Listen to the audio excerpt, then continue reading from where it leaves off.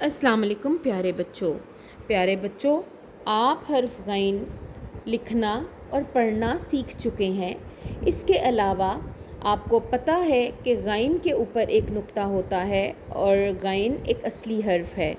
چلیے آج ہم حرف غین کو چاروں مصوتوں کی آوازوں کے ساتھ جوڑ کر پڑھیں گے۔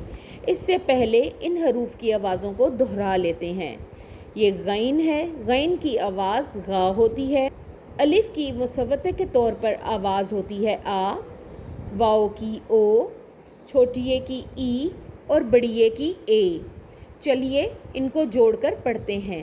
سب سے پہلے غ کو آ کے ساتھ جوڑ کر ادا کیجیے۔ غا آ غا، غا آ غا، غا آ غا۔ شاباش۔ اب غا کو او کے ساتھ جوڑ کر ادا کیجیے۔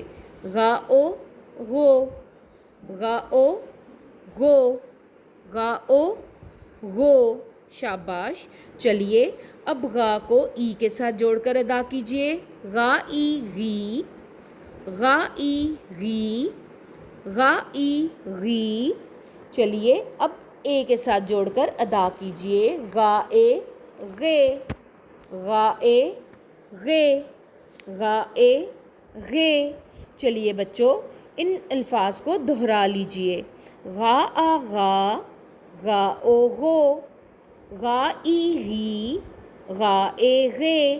شاباش پیارے بچوں، مجھے امید ہے آپ بآسانی حرف غین تک دو حرفی الفاظ بنا کر پڑھ سکتے ہیں اور انہیں کسی حد تک لکھ بھی سکتے ہیں۔ آپ اسی طرح سے اپنی بلند خوانی کی مشاق کو جاری رکھیے گا۔ اگلے سبق میں اگلے حرف کے ساتھ ملاقات ہوگی۔ اللہ حافظ۔